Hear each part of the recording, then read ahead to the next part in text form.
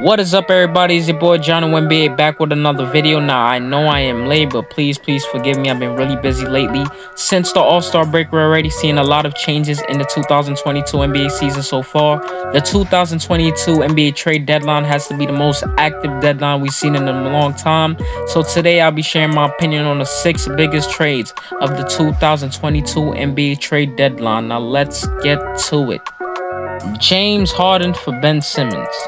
I think this trade is a really good trade for both teams, but honestly, Brooklyn won this trade, and I'll tell you why. Not only did Brooklyn acquire Ben Simmons, but they acquired Steph Curry, Andre Drummond, and 2 first-round picks. Now, I don't understand why Daryl Morey would give up his 2 first-round picks, because that just helps Brooklyn even more in the long run, and they now have extreme depth to help them win even more. Since arriving to Brooklyn, Curry and Drummond have been really solid on their new team. Steph Curry's averaging about 16 points a game, and Drummond with 10 and 9 boards. Now with Philly, a team that's been having a great solid year thanks to Joel Embiid, who is my vote for MVP right now, by the way. He's been having a tremendous year. Although Philly has Harden, I still think this trade hurts Philly more than it does Brooklyn. But so far, it looks like Philly has been treating Harden great. Harden has played 6 games with Philly so far, averaging 22 points a game and 11 assists. He's been playing great with Philly, except for Thursday night against the Brooklyn Nets. Just 11 points, shooting 3 for 17 from the field. Are you serious?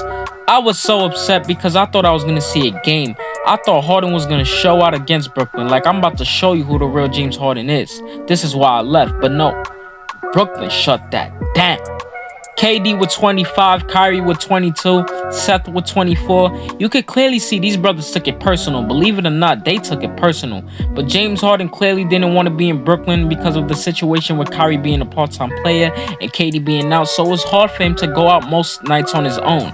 Harden does not miss games. He loves to compete. Just look at how he's been balling with Philly. It's amazing. So this was really a good position for him to be in Philly. Plus that duo between him and Embiid, I absolutely love it. That to me is going to be an elite duo right there.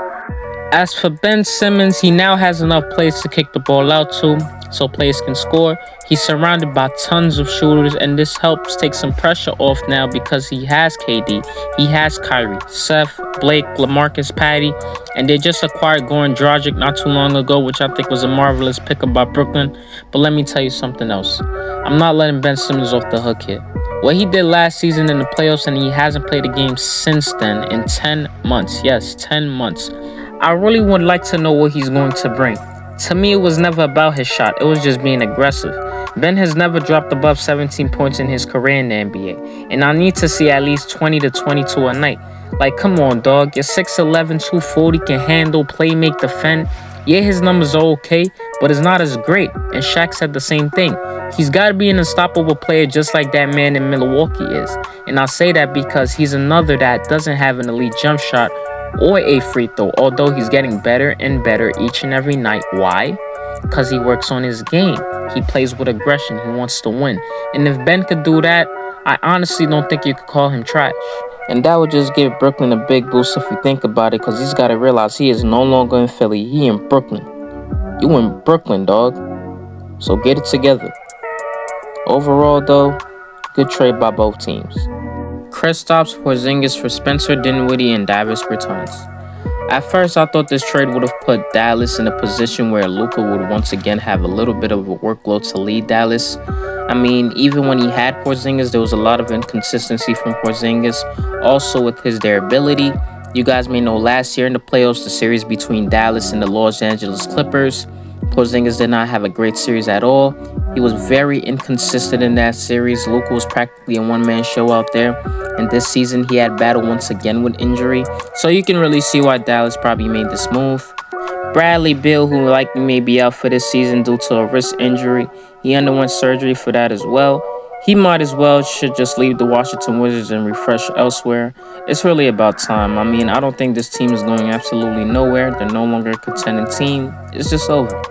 And as for Spencer Dinwiddie, when he signed with the Washington Wizards, I really thought it was a good pickup because of the squad I saw they were putting together with Kuzma, Bradley Beal, Rui Hachimura, Aaron Holiday, Montrezl Harrell, Davis Bertans, and so on. But there were rumors that the Washington Wizards players didn't like his play style. The players didn't like playing with him. So that sounds all about true because they traded him anyway. Davis Bertans was also a part of this deal. Very interesting thing though, because he stated how the team didn't have great chemistry because everyone was just fighting with each other about getting more minutes or wanting a bigger role. So you could clearly see it was really ugly in Washington. Players not getting along, getting into fights. So I'm sure these two guys, including Montrezl Harrell, who also got traded but ended up going to Charlotte, which I think was a good pickup for Charlotte, by the way, are glad that Washington traded them to a much better environment. Nonetheless, though, I think both of these guys can be very helpful in Dallas moving forward, especially with their ability due to the circumstances they had with Porzingis. Bertans, been doing alright ever since arriving to Dallas. Could be better though. He could try to find his shooting stroke a little bit more. Dinwiddie, who's his perimeter creator, has good size. He's someone that can play on and off the ball alongside Luka. Since his arrival to Dallas are 7-2. He's averaging about 18 points a game. He's just been playing absolutely terrific. So I guess good trade for Dallas. CJ McCollum to the New Orleans Pelicans. This trade, I honestly didn't like this trade because I don't like seeing CJ in New Orleans. I'd rather him go on a contending team like Philly. Well, that was before they acquired Harden, but I really don't like him in New Orleans due to what has transpired with everything that's been going on with Zion Williamson's injury. And even though they do have Brandon Ingram, who is a phenomenal player, but come on, I doubt New Orleans is going anywhere this year. They're a team that's in an ugly situation right now due to, once again, Zion Williamson's injury. Ever since his arrival to New Orleans, it's really just been 1 foot in and 1 foot out. It feels like he really doesn't want to be there. Not too long ago, there were reports about Zion Williamson's relationship with the Pelicans organization hasn't been great due to his distrust with Pelicans GM David Griffin. And again, this is a situation where I didn't want CJ McCollum to be in. I would have loved to see him on a contending team, but ever since his arrival to New Orleans, he's been playing great, averaging about 27 a night. And so far, the Pelicans have been looking pretty good with him as well. So they could probably prove me wrong on making it to the play-in or even the playoffs. But I would have really loved to see CJ McCollum on a contending team because he's that dude, he's big time, and he's proven us once again why. As for Portland, Damian Lillard just needs to accept the fact that he will never win in Portland. And he needs to get the hell up out of there immediately. I mean, if you take a good look at this Portland team, this is basically a rebuilding team.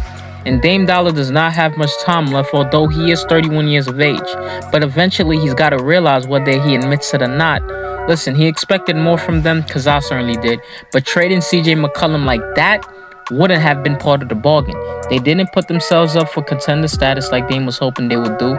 Portland basically has young talent, and that's exactly what they should focus on, especially with Anthony Simons, who I think is a phenomenal player. And even before the All-Star break, he led them to 4 straight wins, averaged about 29 points through that stretch, and shot about 54% from the field and 51% from three-point range. That right there should be Portland's main focus. I'm sorry, the daytime era in Portland is officially over. Damian Lillard, it's time for you to move on, my brother. It's about time. Anthony's on the come up now, and this is what it has to be. Derek White to the Boston Celtics.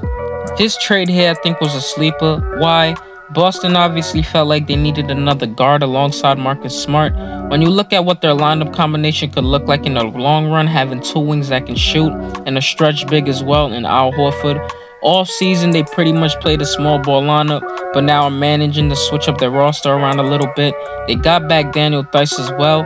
I don't like the fact they let go of Enes Kanter, but it's not like they were playing him anyway, which I found absolutely shocking because Enes Kanter could play, and he's always been a really good, solid big man to me. I mean, I'd want him on my team. That's how good of a player I think he is. Nonetheless, Boston has been playing great. They've won 16 of their last 18 games since the stretch of January. Emi Udoka has been doing a great job with this team from that slump they had in the beginning of the season, but ever since, they've been playing great. And as for San Antonio, I was a little surprised they traded Derek White, but they added another young prospect in Romeo Langford. Maybe they could turn him into something. Josh Richardson, a really good defender, could shoot a little bit. He was also part of this deal. But the thing is with San Antonio is they had so many guards. And of course, they're going to keep DeJounte Murray, who was just an all-star, and he's been having a splendid year as well. But then again, you have Lonnie Walker, who I think is a really good player. Keldon Johnson, I know they're going to keep him. He's a terrific player. He's a guy I really like to watch as well. So you see, they had to get rid of somebody. So I guess I'm not surprised about them trading Derek White to Boston. They also got 3 first-round picks in this year's 2022 NBA draft. So this is definitely something that values them in the long run. Although I think this trade was a sleeper based on Derek White going to Boston, but I think this helps San Antonio more based on their future. So great trade by both teams.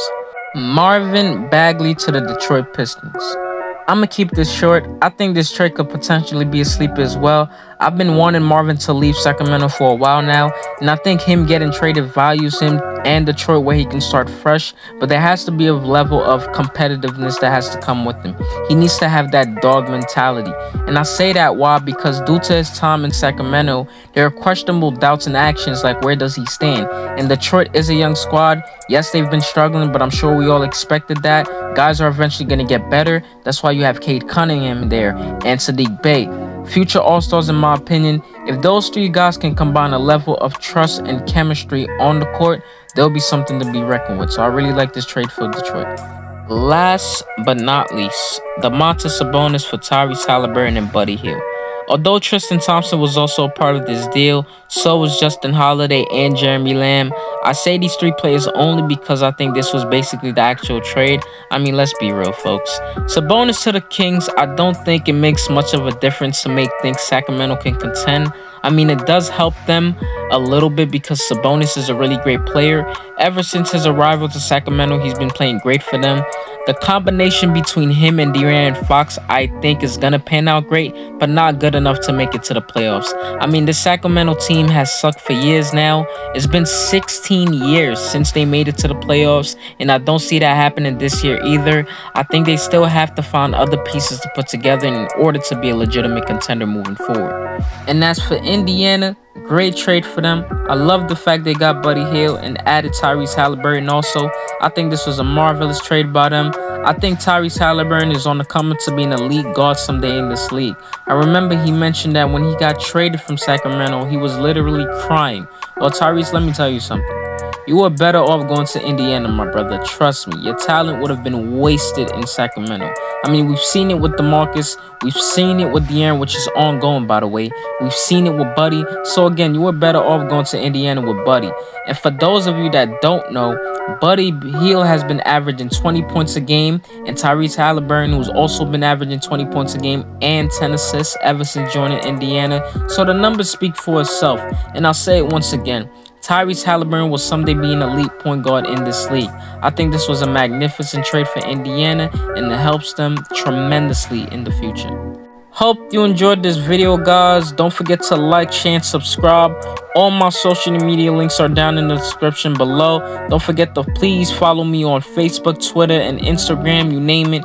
I'll definitely be back. Till next time, Jono out.